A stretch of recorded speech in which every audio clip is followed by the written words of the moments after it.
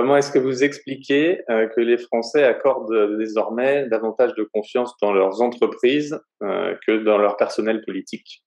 Alors là, moi, personnellement, je suis pas prof de sciences politiques, donc je sais pas trop quoi répondre à ça, si ce n'est parler en tant que citoyen. Mais il y aurait plein de choses à dire là-dessus. Qu'effectivement, la démocratie, comme disait Churchill, hein, c'est le pire des régimes à l'exclusion de tous les autres, que c'est le bazar, que c'est la contestation, que on a l'impression que ceux qui sont au pouvoir, ils font jamais ce qu'ils ont promis auparavant, mais c'est normal parce qu'ils sont face à une opposition dont ils doivent tenir compte, et que donc, oui, je comprends qu'il y a une forme de désamour. Maintenant, je suis pas certain que ça se transforme en un amour pour les entreprises. Je rejoins Frédéric sur pas mal de points à ce niveau-là, et je serais plus nuancé quand même sur le fait que les Français accordent plus de crédit aux entreprises à leur personnel politique. Je pense qu'elle n'en accorde pas beaucoup plus, mais on est plus dans le moins que dans le plus. Voilà. En fait, je pense que la crise de confiance aujourd'hui qu'on peut constater dans notre pays, mais enfin surtout dans les sociétés occidentales, touche toutes les organisations, que ce soit le personnel politique ou les entreprises, notamment les grandes entreprises. Parce que c'est vrai que quand on regarde un petit peu les différents sondages, il y a quand même un crédit qui est encore accordé aux plus petites entreprises, parce que généralement moins financiarisées, moins touchées par tout un tas de scandales divers et variés. Et je pense qu'en plus, la forme de financiarisation qu'il y a pu y avoir depuis les années 80 notamment, a exacerbé cette idée que dans les grandes entreprises, de toute manière, il n'y a que le profit, la rémunération des actionnaires qui intéresse l'entreprise et rien d'autre. Et donc, ça a créé dans les deux cas de figure, que ce soit pour le personnel politique ou pour les grandes entreprises, un désamour, une déconfiance, si je puis utiliser ce néologisme. Et en fait, aujourd'hui, ces deux types d'organisations sont néanmoins attendus. Ça, on le voit un petit peu dans les enquêtes d'opinion, pour répondre aux enjeux actuels, que ce soit la lutte contre le dérèglement climatique, les inégalités, la diversité, etc. Et donc, ça devient de moins en moins acceptable de négliger, que ces organisations négligent ou ne fassent pas tout ce qui est tout ce qu'il est possible de faire pour régler ces grands enjeux-là. Et ce qui est très difficile, eh bien, c'est continuellement cet arbitrage entre des intérêts divergents. Voilà, on revient à ce dilemme dont on a déjà parlé, mais qui devrait être un dilemme qui, malheureusement ou heureusement, j'en sais rien, devra être résolu, parce que souvent, et là pour reprendre quelque chose que tu mentionnais, Clarence, tout à l'heure, il y a le court terme et le long terme. Et en fait, maintenant, aujourd'hui, le court terme et le long terme sont sur les mêmes ondes. Et notamment pour les enjeux environnementaux, en fait, on peut plus dire que c'est du long terme. Et c'est ça qui est très compliqué aussi. C'est que les enjeux environnementaux, on peut se dire, on parle de 2025, de 2050. En fait, c'est les actions qu'on mène aujourd'hui qui feront qu'en 2025 ou en 2050, on pourra avoir un monde vivable. Et donc, c'est comment on arrive à équilibrer des décisions économiques et politiques et des décisions qui sont à très court terme, et des décisions environnementales, par exemple, qui peuvent paraître à plus long terme, parce que les effets se feront sentir à plus long terme, mais qui, si elles ne sont pas prises aujourd'hui, eh bien, ne pourront pas être prises demain, parce que de toute manière, les effets se feront ressentir. C'est très compliqué comme dilemme. Moi, je suis tout à fait d'accord avec ça. De toute façon, c'est ce qu'on enseigne en stratégie, hein, c'est que le long terme, c'est l'horizon de prévisibilité, et ce qui fait que ça commence aujourd'hui, en fait. C'est des décisions qu'on prend aujourd'hui qui auront un impact dans l'horizon perceptible.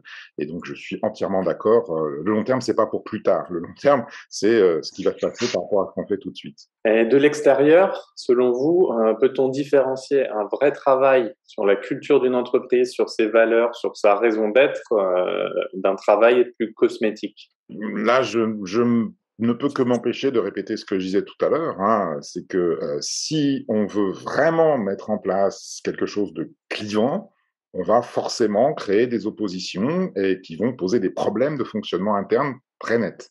Euh, et donc, il y a une tentation de se donner une raison d'être qui n'est pas clivante, qui est relativement inoffensive, avec des gentils mots. Et là, dans ce cas-là, ça devient complètement stérile. Euh, voilà. Les deux côtés, ça me paraît pas absolument indispensable.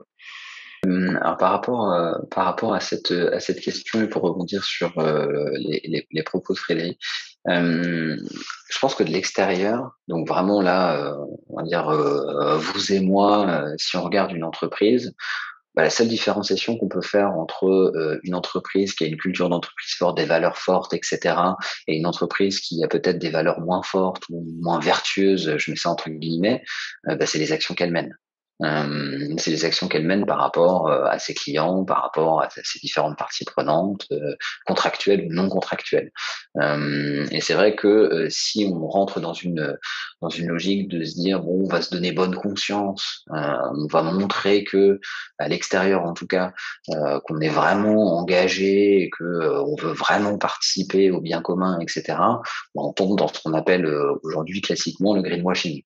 Même si elle rentre dans cette ère du story proving, il y a quand même une vraie défiance de la part des clients et des consommateurs vis-à-vis de ces histoires-là. Et là, je prends comme exemple une enquête absolument fascinante. J'en ai beaucoup parlé sur la machine à sens qui est sortie il y a quelques semaines, qui a été réalisée par l'Obsoco, donc l'Observatoire de la société de consommation et Trust in Finance, sur le regard des Français vis-à-vis de la RSE. Il y a un chiffre qui est assez fort, qui est que 56% des Français ne voient en gros que des belles paroles lorsqu'une entreprise communique sur ses engagements en faveur de l'environnement, ses engagements sociaux, etc. Et on a 14% des Français qui sont indifférents. Donc en fait, on a 70% des Français qui, de toute manière, sont quand même très sceptiques sur la communication corporate que les entreprises peuvent faire. Alors là, je parle des grandes entreprises, c'est un peu moins le cas pour les plus petites, mais en tout cas pour les grandes entreprises. Donc, en gros, on peut porter une raison d'être potentiellement très très puissante, très très bien articulée, mais si elle ne se traduit pas dans le business model de l'entreprise et s'il n'y a pas une conviction très forte qui est portée en interne dans toutes les actions, bah, limite ça peut la desservir ou on revient au greenwashing. Et juste pour terminer, par rapport à ce que vous disiez tout à l'heure, Frédéric, sur les opposants, moi j'ai beaucoup d'exemples d'entreprises où justement quand elles ont transformé, elles ont fait ce travail de culture d'entreprise, ce travail sur les valeurs, qui souvent en fait a un impact sur le management, sur la manière dont l'entreprise fonctionne, etc. Bah, qu'est-ce qui se passe? Il y a des gens qui partent. Un mot hein, peut-être là-dessus quand même, c'est que la culture, c'est super quand c'est au service de la stratégie, c'est un moteur formidable, hein, c'est pas imitable par les concurrents, enfin, c'est juste extraordinaire. L'ennui, c'est qu'une stratégie, c'est jamais une stratégie bonne pour toujours. L'ennui, c'est que le succès passé implique pas le succès futur. Et donc, ça veut dire qu'il y a des moments où la culture, elle risque de se retrouver en porte-à-faux par rapport à de nouveaux objectifs stratégiques. Et là, ça peut être un problème gigantesque, parce que changer une culture, qui plus est quand on l'a sédimentée dans les statuts, formellement, ça peut, là, vraiment poser des problèmes stratégiques majeurs. Et il y a des entreprises qui ont connu des échecs terribles à cause de leur culture, tout comme il y en a d'autres qui ont connu des succès grâce à leur culture. Et dans un cas, la culture était un moteur qui était aligné avec la stratégie, dans l'autre, c'était un frein qui empêchait la stratégie de se réaliser. Donc, il faut faire attention quand même aussi à ces questions de faire reposer uniquement le succès sur la culture. Si on réfléchit sur du long terme, là, pour le coup, ça peut devenir problématique. Là, je vous rejoins complètement, même pour faire le parallèle avec la mission et donc le fait d'ancrer une mission dans ses statuts. Il y a quelque chose que les entreprises aujourd'hui ne font pas suffisamment, c'est de faire des stress tests par rapport à la mission qu'elles choisissent.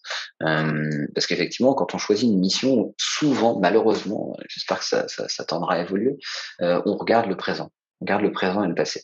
On se dit qu'est-ce que je fais aujourd'hui, à quoi je participe, dans ma raison d'être, je dois intégrer des enjeux environnementaux et sociaux, quels sont ces enjeux auxquels je participe aujourd'hui.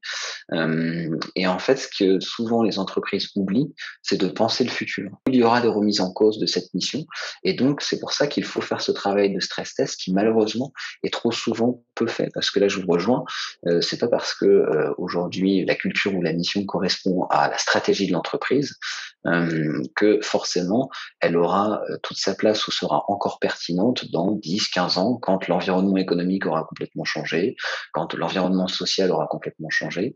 Et donc ça, c'est des choses qui peuvent et qui doivent s'anticiper. Oui, absolument. Une des dimensions, des conditions essentielles de la stratégie, c'est la liberté de mouvement. Voilà, c'est ce que dit l'utilitaire depuis toujours et ça se retrouve dans la stratégie d'entreprise. Et toute chose qui vient créer des problèmes à cette liberté de mouvement peut devenir à terme un écueil stratégique.